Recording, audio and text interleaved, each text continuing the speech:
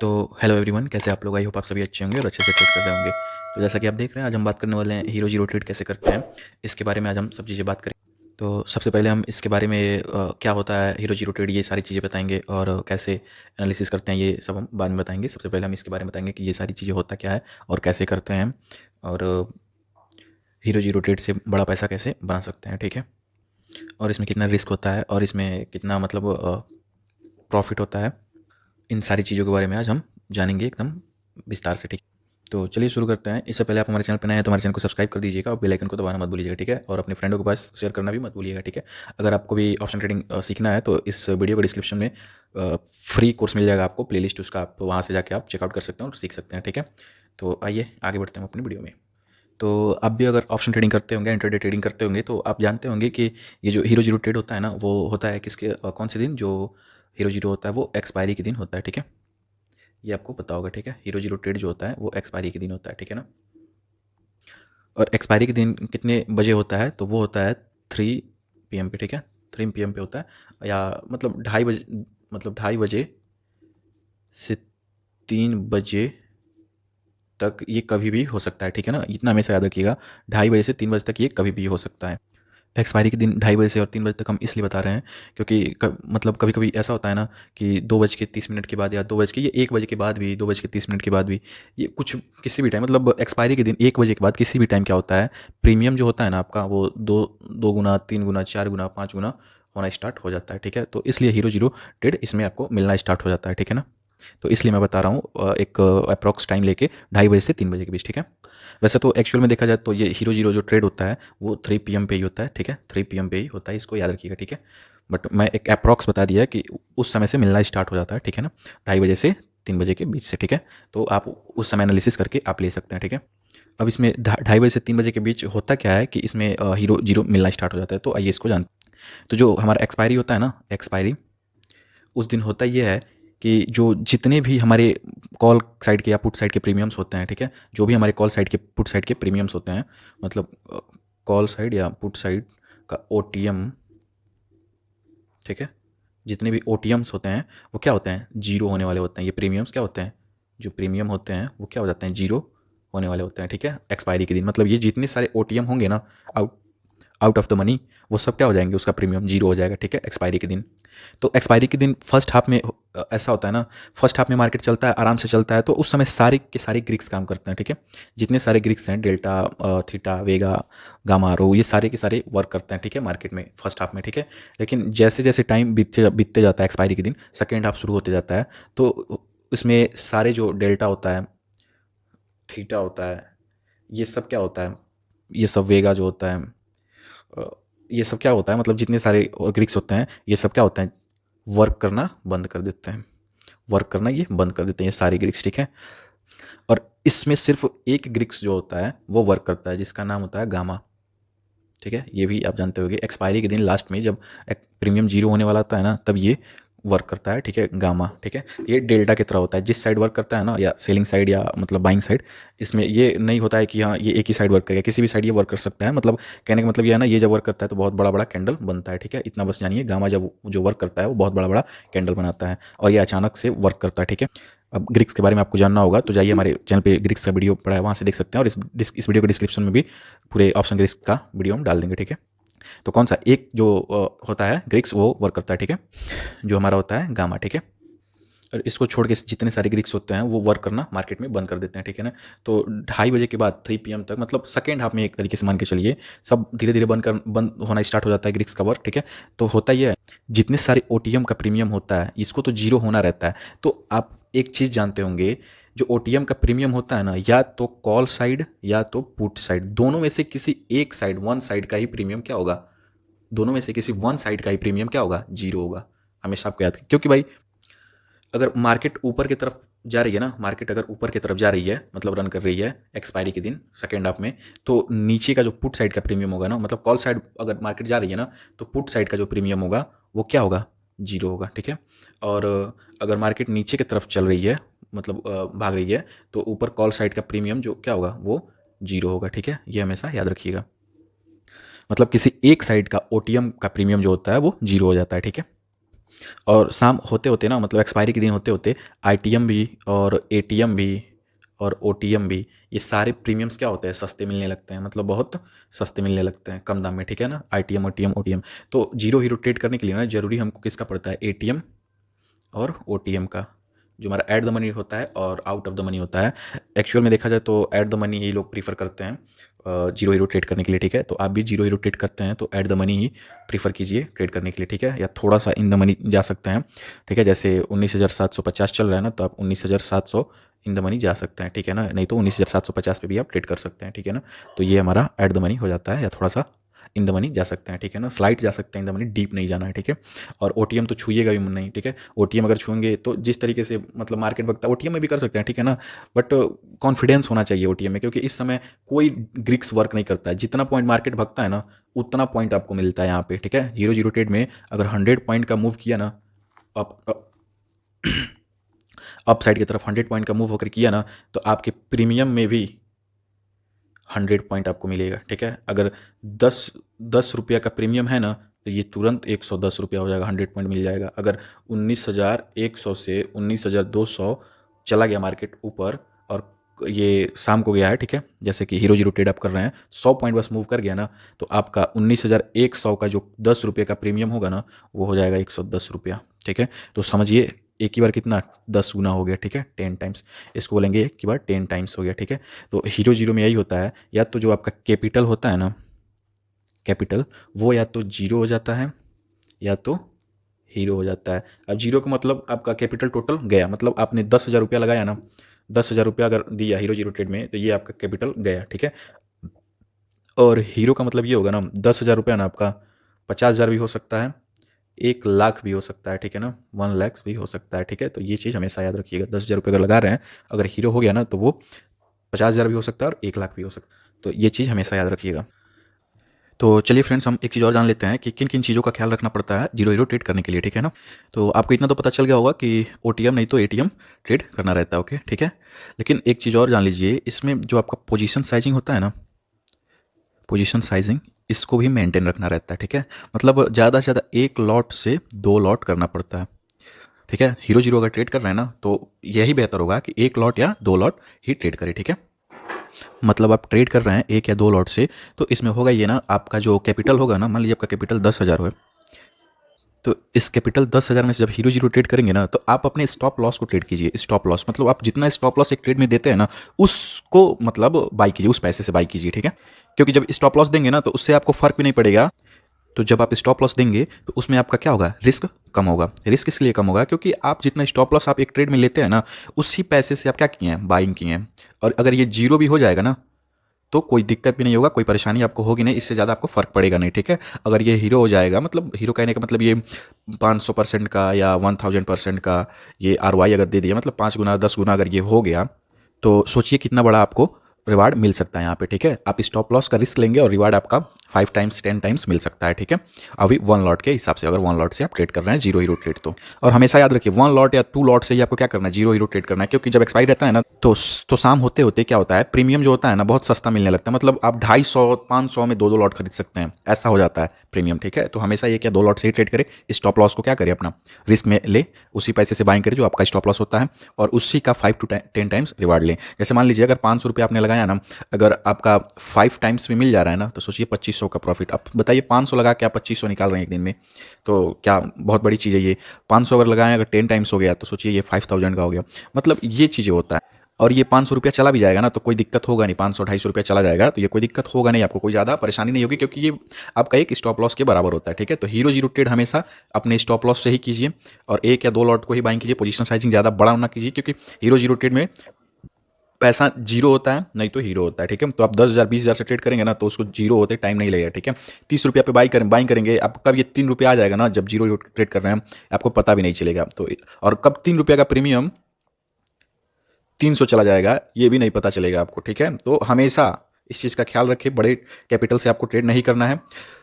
कभी भी बड़ा कैपिटल जो है उसको यूज नहीं करना है, बिग कैपिटल से यूज नहीं करना है, ठीक है। और हमेशा स्मॉल कैपिटल से ट्रेड कीजिए हमेशा, और रिस्क फ्री रहिए, ठीक है, रिस्क फ्री रहिए। और ट्रैप से बचिए, मार्केट में ट्रैप से बचिए। ठीक है। ट्रैप जो करती है ना मार्केट, हमेशा ट्रैप करके ही बायर्स या सेलर्स को ट्रैप करेगी और अपोजिट डायरेक्शन में आपके मूव कर जाएगी, ठीक है। तो आप हमेशा ट्रैप से बचिए, और खास करके हीरो जीरो ट्रेड में बहुत ज़्यादा ट्रैप करती है, ठीक है। तो इसमें तो और आपको ट्रैप से बचना पड़ेगा।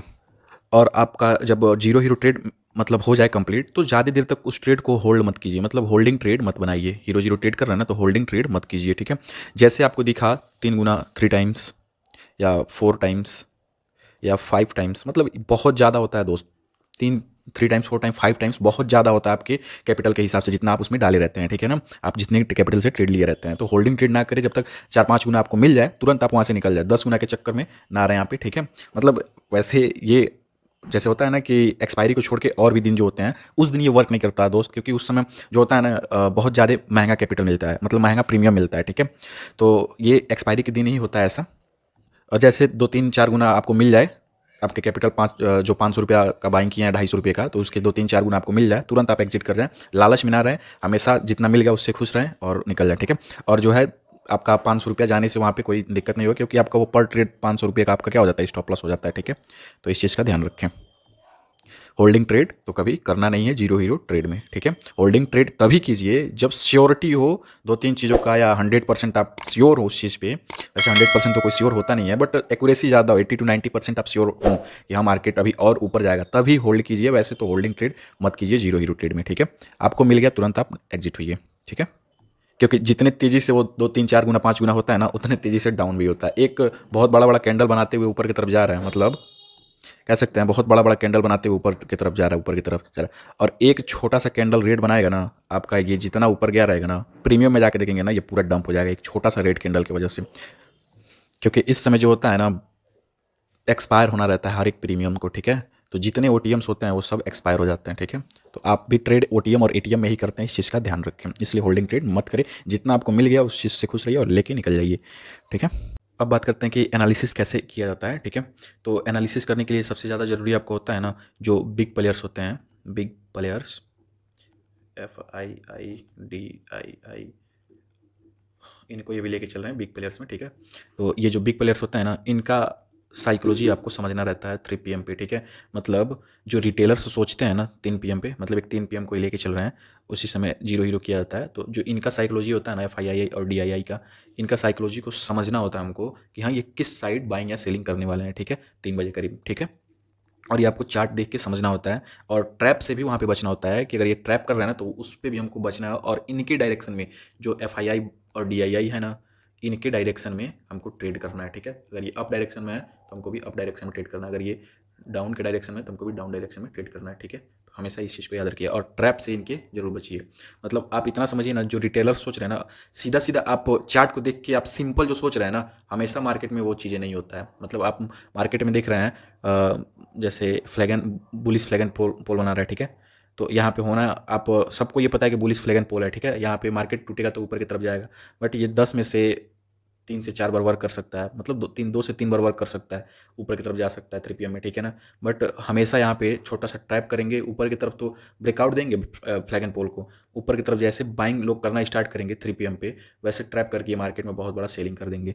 और जितने लोग यहाँ पे बाइंग किए रहेंगे ना, उनका तुरंत यहाँ पे कैपिटल जीरो हो जाएगा। और जैसे जीरो यहाँ पे होगा, जितने ये बड़े प्लेयर्स होंगे यहाँ पे, इनका बहुत बड़ा प्रॉफिट भी हो जाएगा, ठीक है। तो इसी ट्रैप से आपको बचना रहता है यहाँ पे। हमेशा रिटेलर जो सोचता है ना, उस तरीके से नहीं, स्मार्टली तरीके से सोचना रहता है, जो बड़े प्लेयर्स आप सोचते हैं मार्केट में, ठीक है।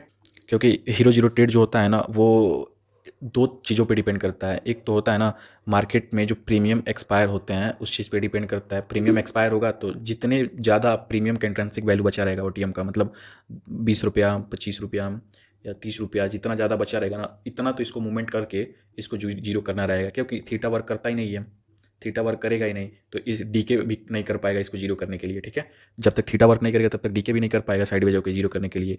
तो इतना पॉइंट इसको मूवमेंट देना पड़ेगा, इतना पॉइंट उसके अपोजिट साइड इसको मूवमेंट देना पड़ेगा, 20-25-30 पॉइंट देना पड़ेगा, तभी जाके ये ओटीएम वाला क्या होगा, जीरो होगा, ठीक है। तो पहला कंडीशन तो ये हो गया। और दूसरा कंडीशन इसी के साथ जब जुड़ जाता है बिग प्लेयर्स वाला कंडीशन, मतलब अगर जिस साइड वो मूवमेंट कर रहा है ना, उसी साइड मार्केट में जो बिग प्लेयर्स होते हैं वो भी एंट्री ले लेते हैं और तुरंत और ज़्यादा मतलब मोमेंटम करा देते हैं मार्केट को, ठीक है। तो वहाँ पे और ज़्यादा मूवमेंट कर जाता है मार्केट और अच्छा खासा पैसा बन जाता है, ठीक है। तो इस चीज़ को हमेशा याद रखिएगा, बहुत ज़्यादा मतलब ये डीप मैंने आपको समझाया है, ठीक है। तो हमेशा इस चीज़ को याद रखिएगा। तो अब आइए हम समझते हैं कैसे एनालिसिस किया जाता है हीरो जीरो ट्रेड का, ठीक है। तो फ्रेंड्स यहाँ पे देख सकते हैं हम अपने चार्ट पे आ चुके हैं और सबसे पहले एनालिसिस करने के लिए हम सपोर्ट एंड रेजिस्टेंस को लगा लेंगे, उसके हिसाब से क्या करेंगे, एनालिसिस करेंगे, ठीक है। तो चलिए हम अपना सपोर्ट एंड रेजिस्टेंस लगा लेते हैं, उसके बाद एनालिसिस करते हैं। तो आप देख सकते हैं सबसे पहले यहाँ पे ये एक सपोर्ट बन रहा है, ठीक है। यहाँ पे एक सपोर्ट बन रहा है, ठीक है। उसके बाद दूसरा यहाँ पे एक ये रेजिस्टेंस बन रहा है, ठीक है। और तीसरा रेजिस्टेंस यहाँ पे ये बन रहा है, ठीक है।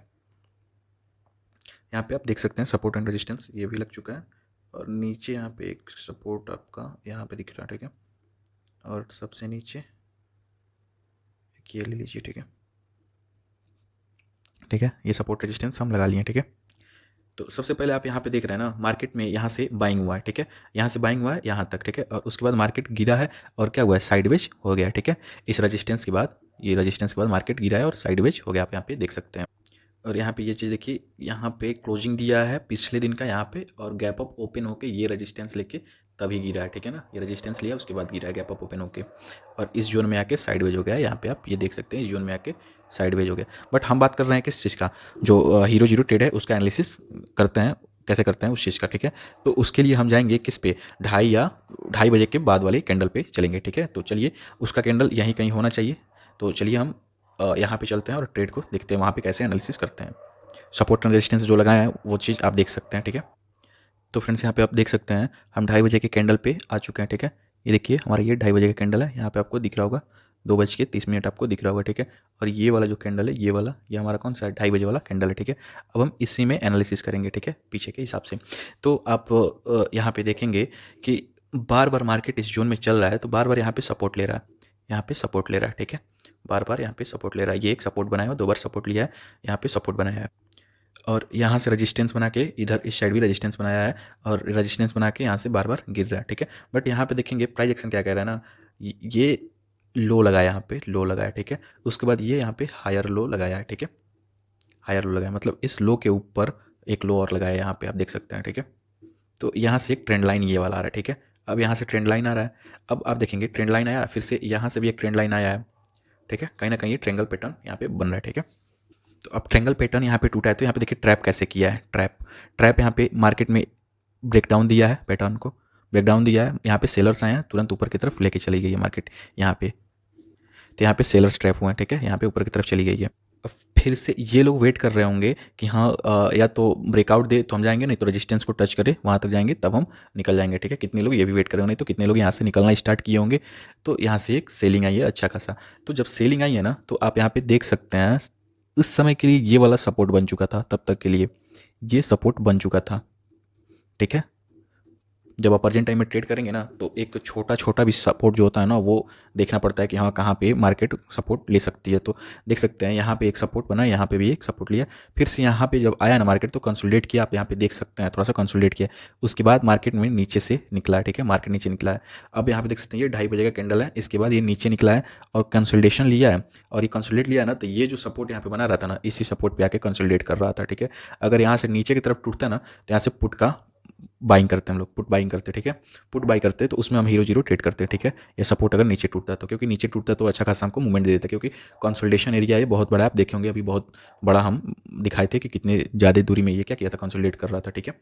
तो ये कंसोलिडेट यहाँ पे किया है, उसके बाद ऊपर की तरफ मार्केट निकला है, ठीक है। तो सबसे पहले ये सपोर्ट का जो वर्क कर रहा था ना, यहाँ पे देखिए ये सपोर्ट का वर्क कर रहा था, यहाँ पे भी कंसोलिडेट कर रहा था।